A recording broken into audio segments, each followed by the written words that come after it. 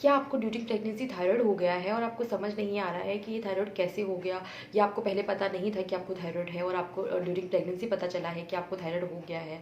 अब आपको समझ नहीं आ रहा है कि हम क्या करना चाहिए, क्या ये हमारे बेबी में ट्रांसफ़र हो जाएगा, क्या इसके क्या प्रॉब्लम्स ये आगे हमें दे सकता है। तो आज ये वीडियो आपके लिए है।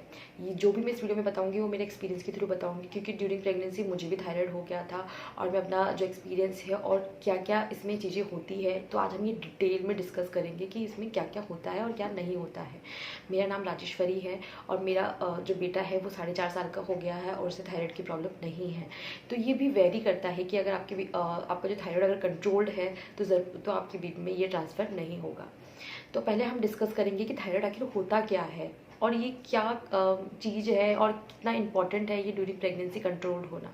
सबसे पहले हमें ये बात करनी चाहिए, जो थायराइड होता है वो एक ग्लैंड होती है जो कि हमारे गले में होती है, जो कि एक तितली के बटरफ्लाई के आकार की होती है। अब उसमें क्या होता है कि इसमें T3 और T4 जो हार्मोन्स होते हैं वो रिलीज़ होते हैं।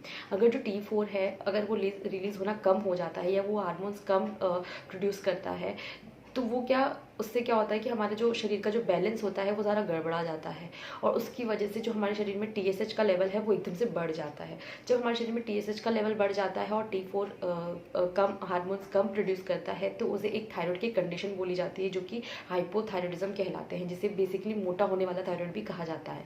अब इसमें क्या होता है कि वो TSH क्यों ज़्यादा रिलीज़ करता है, उसका एक कारण है क्योंकि जब हमारे शरीर की एक वो होती है, एक संरचना होती है कि जब भी हमारे शरीर में कोई चीज़ की कमी होती है तो शरीर कोशिश करता है उसको कहीं से भी उसको कंट्रोल करने की या उसको बैलेंस आउट करने की। तो जब हमारा जो T4 है वो कम रिलीज होता है, जो TSH है वो ऑटोमेटिकली कोशिश करता है कि इस शरीर को बैलेंस कर सके और उसको चला सके। दैट्स वाई जो TSH होता है वो बढ़ जाता है हमारे शरीर में।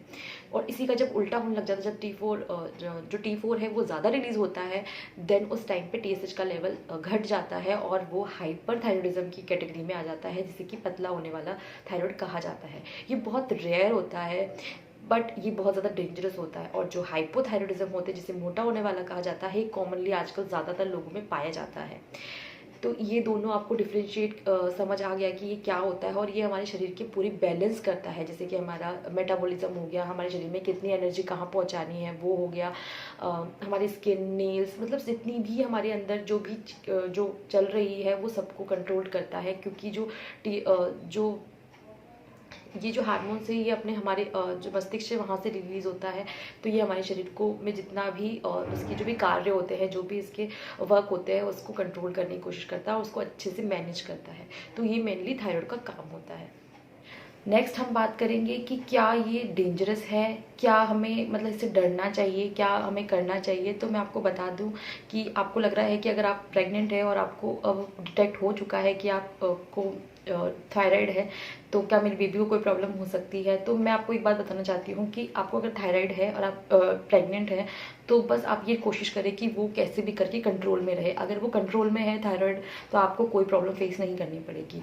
मतलब अगर आपको थायराइड है और अगर आप प्रेग्नेंट होना चाहते हैं, तो भी सबसे पहले अपनी थायराइड को कंट्रोल करें, देन आप कंसीव करने की कोशिश करें, तो वो आपके लिए ज़्यादा हेल्पफुल होगा। नेक्स्ट हम बात करेंगे कि हमें कैसे पता चलेगा कि हमें थायराइड है।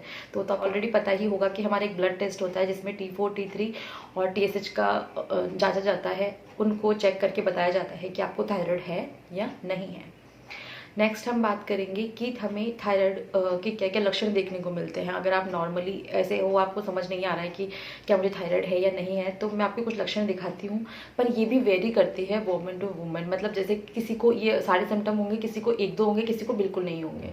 तो चलो हम इनके लक्षण जान लेते हैं। तो सबसे पहला लक्षण होता है कब्ज़। मतलब क्योंकि जब हमारा मेटाबॉलिज्म ही सारा गड़बड़ा गया था, सबसे पहले हमें कब्ज़ की शिकायत होती है। सेकंड होता है कि हमें जो पीरियड्स होते हैं वो इरेगुलर हो जाते हैं, मतलब वो कभी आते हैं, कभी 2 महीने में आते हैं, कभी 3 महीने में आते हैं, तो उसका कोई पता नहीं होता है, तो इरेगुलर पीरियड्स हो जाते हैं। थर्ड आता है हमारे नाखून और बाल खराब होने लग जाता है। फोर्थ, हमें थकान ज़्यादा होती है। उसके बाद हमें नींद ज़्यादा आती है, हमें ठंडियों में ठंड ज़्यादा लगती है और हम डिप्रेशन में चले जाते हैं। बहुत सारे ऐसे अलग अलग सिम्टम्स अलग अलग लोगों में देखने को मिलते हैं। कुछ का गला दर्द होने लग जाता है, जैसे मेरे को थायराइड था तो मेरा जब मौसम चेंज होता था तो मेरा एक गला यहाँ से बहुत तेज़ दर्द होने लग जाता था। तो सबके अलग अलग सिम्टम्स होते हैं, किसी के पैर ज़्यादा दुखते हैं, तो ये वुमन टू वुमन वेरी करता है। तो ये कुछ मेन लक्षण हैं जो थायराइड में देखे गए हैं। नेक्स्ट हम बात करेंगे कि थायराइड के अंदर हमें क्या क्या दुष्परिणाम या मतलब क्या क्या प्रॉब्लम फेस करनी पड़ सकती है। अगर जो थायराइड है अगर वो कंट्रोल्ड नहीं है तो हमें क्या क्या प्रॉब्लम फेस करनी पड़ सकती है ड्यूरिंग प्रेगनेंसी। तो उसके अंदर आता है कि हमें मिसकैरेज भी सहन करना पड़ सकता है, हमारे स्टिल बर्थ हो सकता है, प्री मेच्योर डिलीवरी हो सकती है, मतलब प्री टर्म लेबर स्टार्ट होके वो हो सकता है। इसके अलावा आपको बच्चे की जो ब्रेन डेवलपमेंट है उसमें आपको प्रॉब्लम आ सकती है कि बच्चे का जो ब्रेन है वो सही से डेवलप नहीं हो पाता है। इसके अलावा बच्चे को कोई फिजिकली भी कोई कमी हो सकती है बच्चे में।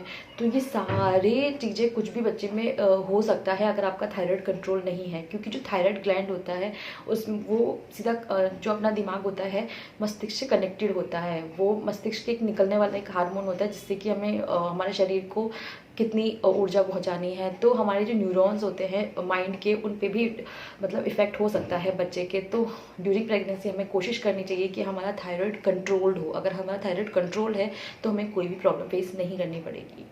नेक्स्ट हम बात करेंगे कि हम थायराइड को कैसे मैनेज करें जिससे कि हमें ड्यूरिंग प्रेगनेंसी या आफ्टर प्रेगनेंसी कोई प्रॉब्लम फेस ना करनी पड़े। तो मैं आपसे बोलना चाहूँगी कि जैसे आपको पता चले, आपको ऐसे कोई भी लक्षण दिखाई दे अपने अंदर, तो सीधा आप डॉक्टर के पास जाइए, चेक कराइए कि कहीं आपको थायराइड तो नहीं है। देन अगर आपको पता चलता है कि आपको थायराइड है तो आप सीधा डॉक्टर, जब भी अगर आप प्रेग्नेंट नहीं हैं तो पहले आप अपने थायराइड का इलाज कीजिए, डॉक्टर के पास जाइए। डॉक्टर आपको एक सिंपली दवाई देंगे जिससे कि आपका थायराइड कंट्रोल होने लग जाएगा। उसके अलावा आपको कुछ करने की ज़रूरत है नहीं, आपको सिर्फ वो दवाई खानी है। देन वेट करना है कि कब तक आपका थायराइड लेवल कंट्रोल होता है। जब आपका थायराइड लेवल कंट्रोल हो जाए देन आप प्रेग्नेंट हो सकते हैं या प्रेगनेंसी कंसीव कर सकते हैं। उसके अलावा अगर आप ऑलरेडी प्रेग्नेंट हैं तो आप क्या करें। तो जैसे ही आपके डॉक्टर आपको डिटेक्ट कर देंगे कि आपको थायराइड है, आपको सीधा थायराइड वाले डॉक्टर के पास जाना है।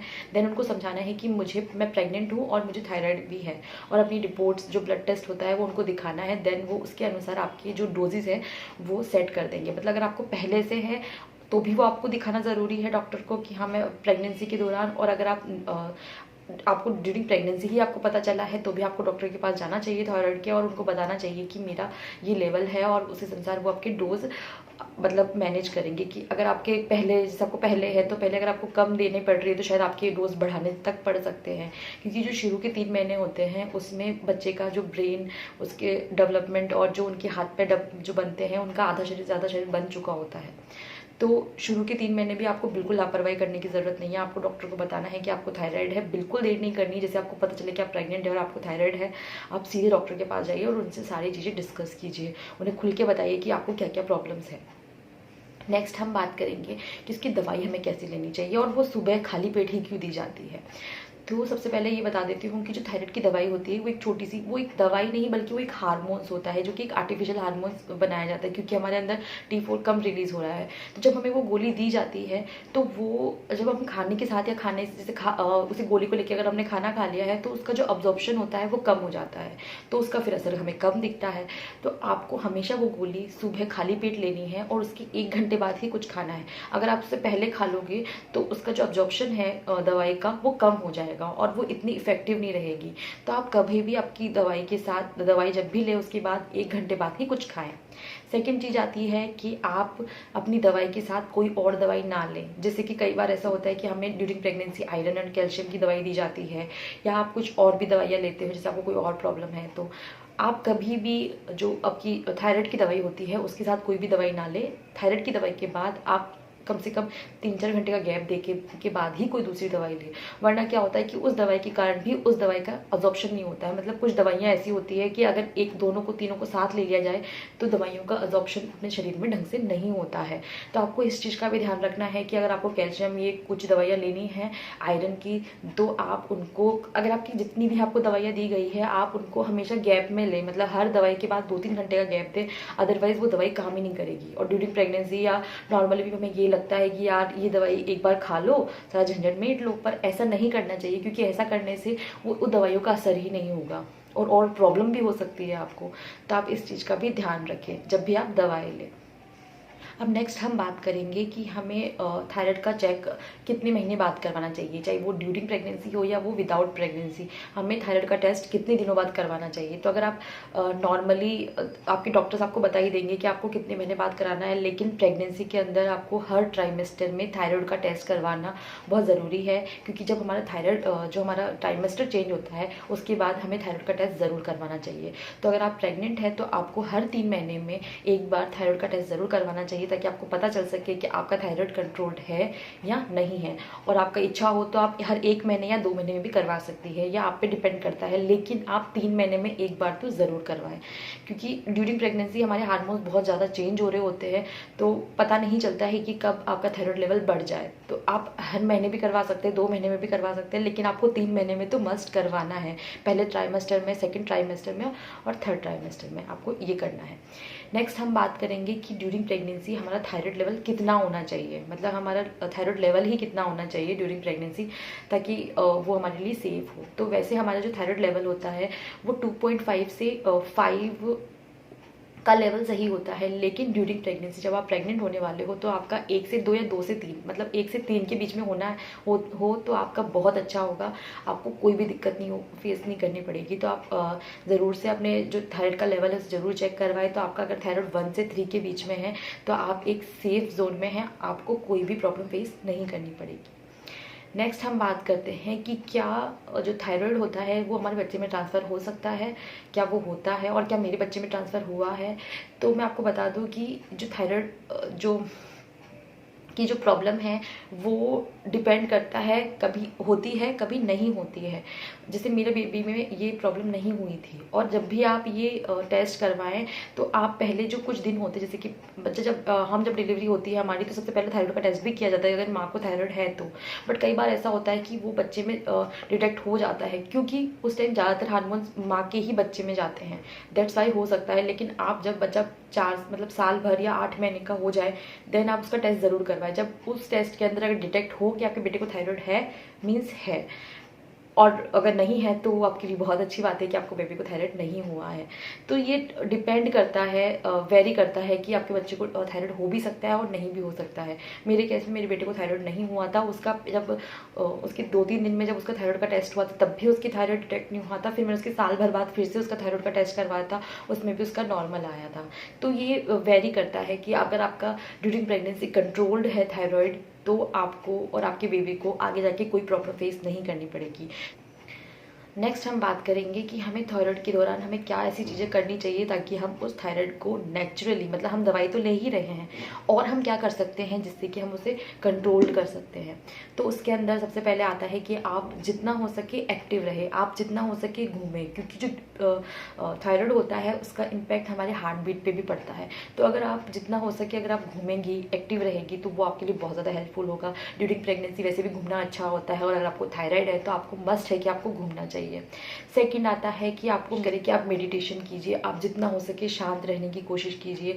आप जो गले वाला वो होता है, अगर आपके जो डॉक्टर्स हैं आपको अलाउ करते हैं, और मेन जो योगा टीचर होते हैं उन्हीं की देख रेख में आप थायराइड का योगा कीजिए, शायद उससे भी आपको असर देखने को मिले। तो मेनली आपको ज़्यादा से ज़्यादा एक्टिव रहना है, आपको मेडिटेशन करनी है, और आप हो सके तो योगा भी कीजिए, जिससे कि आपकी जो थायराइड की प्रॉब्लम है वो कम हो सके। क्योंकि आप 2 चीज़ करेंगे तो जल्दी असर होगा। तो आप एक्टिव ज़रूर रहे ड्यूरिंग थायराइड और ड्यूरिंग प्रेगनेंसी।